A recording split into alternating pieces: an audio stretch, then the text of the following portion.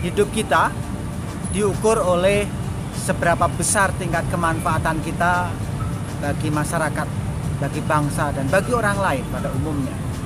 Oleh karena itu, mari kita selalu menghitung setiap perilaku-perilaku kita agar memilah yang terbaik, yang paling nilainya, manfaatnya paling besar.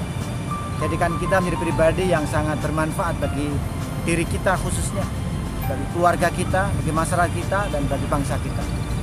Saya yakin bangsa Indonesia membutuhkan banyak pahlawan-pahlawan sosial, karena perubahan untuk lebih baiknya Indonesia sangat membutuhkan semakin banyaknya orang yang mau berbuat baik untuk bangsanya.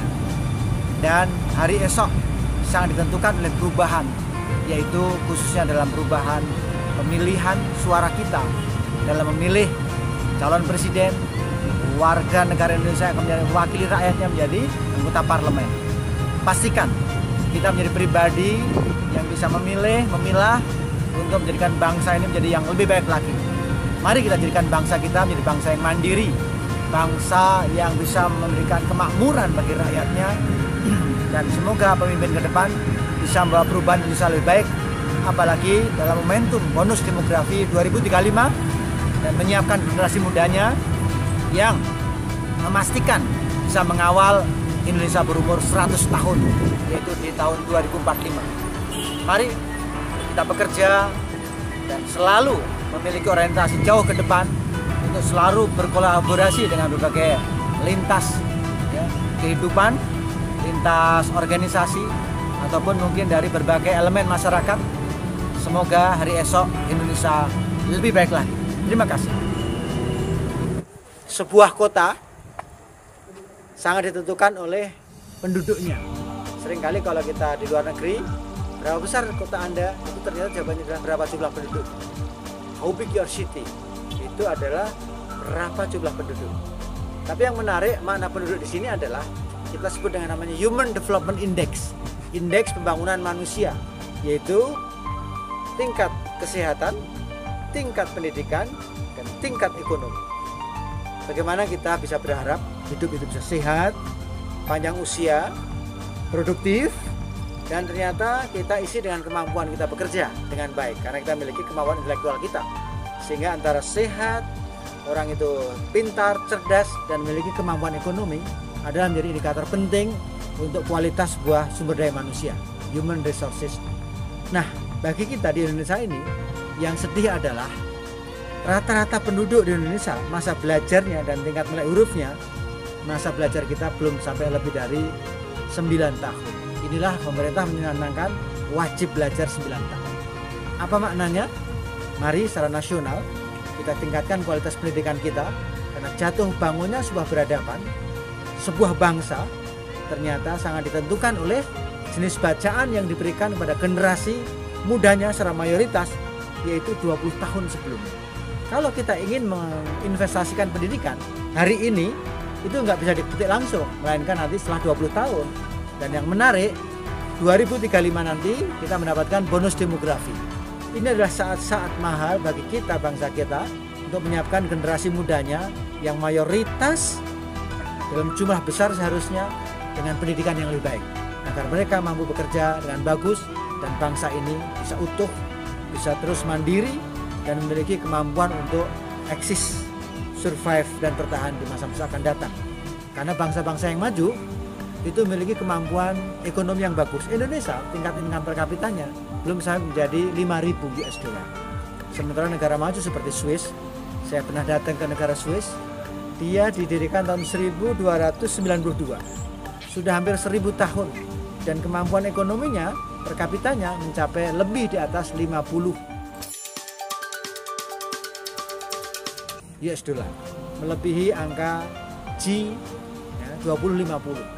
Oleh karena itu, mari kita siapkan anak-anak muda kita memiliki kemampuan bisnis, memiliki kemampuan berpikir yang baik di era industri 4.0 dan menuju ke 5.0 di 2020 nanti, dan mereka memiliki kemampuan mengelola dirinya secara sehat, terbebas dari narkoba, dan akhirnya bangsa ini akan jadi bangsa yang lebih kuat di masa depan.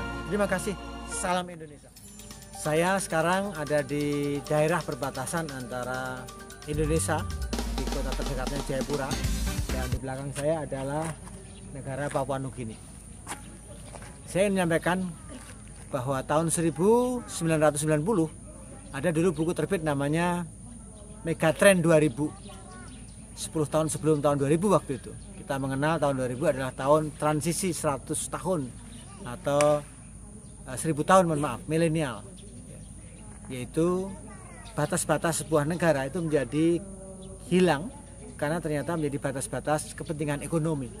Demikian juga dengan ditandai banyaknya perusahaan-perusahaan multinasional. Bahwa kepentingan sebuah bisnis itu melampaui daripada sebuah kepentingan batas-batas negara. Dan sekarang memang terasa sekali di tahun ini, di 2019 ini, bahwasanya ternyata penduduk dunia terbesar secara terkoneksi penduduknya, yaitu namanya penduduk negara Facebook. 1,8 miliar anggota Facebook di dunia bisa terkoneksi dengan cepat. Dan di Indonesia ada sekitar 57% masyarakat terakses oleh internet. Dan ternyata yang terbesar adalah penduduk anak muda, sekitar 32% adalah anak-anak muda. Apa maknanya ini semua? Ini semakin menegaskan bahwasanya komunikasi global di era industri 4.0 yang ditandai dengan internet, cyber, dan networking sangat berbasis kepada jaringan. Dan ternyata itu sekarang ini bisa jadi orang tidak berhubungan secara fisik karena dibatasi oleh sebuah batas negara. Jadi mereka bisa berkomunikasi, mereka bisa melakukan transaksi, mereka bisa melakukan sebuah bisnis lintas daerah, lintas negara, lintas benua.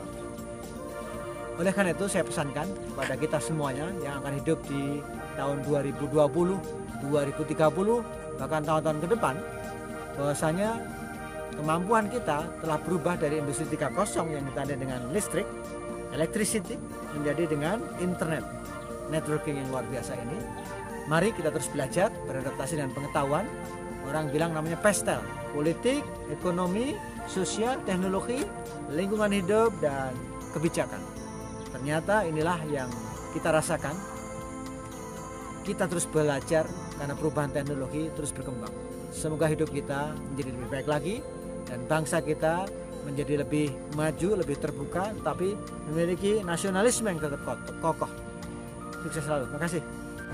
Saat ini saya di Kota Palembang dalam rangka memberikan pelatihan di Kementerian PUPR. Semalam saya melewati jalan tol baru di Palembang. Infrastruktur yang kita rasakan akan membantu proses perubahan di masyarakat, memperlancar gerak dan aktivitas bisnis. Oleh karena itu, kita perlu untuk selalu membangun kekuatan bangsa ini dengan menguatkan infrastruktur. Karena bangsa yang memiliki kemampuan membangun yang lebih baik ternyata memiliki tingkat keekonomian, tingkat kemandirian, dan produktivitas akan semakin baik. Kehidupan manusia akan silih berganti.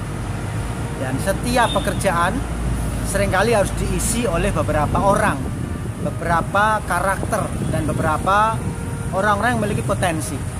Dan orang-orang yang bekerja dengan potensinya akan sangat membantu dalam memberikan yang terbaik. Orang yang bekerja dengan talent, dengan potensinya, biasanya akan merasa enjoy, mudah melakukan IC, dan akan dia mendapatkan performance terbaik, excellent. Dan akhirnya orang akan memberikan harga, memberikan kehormatan, memberikan penghargaan secara sosial sesuai dengan kemampuan kapasitasnya. Tetapi ingat, kita akan memiliki hasil terbaik kalau kita mampu memberikan yang terbaik dengan talent yang kita miliki. Selamat bekerja dengan memakai tingkat kekuatan yang terbaik kita untuk bangsa yang lebih baik.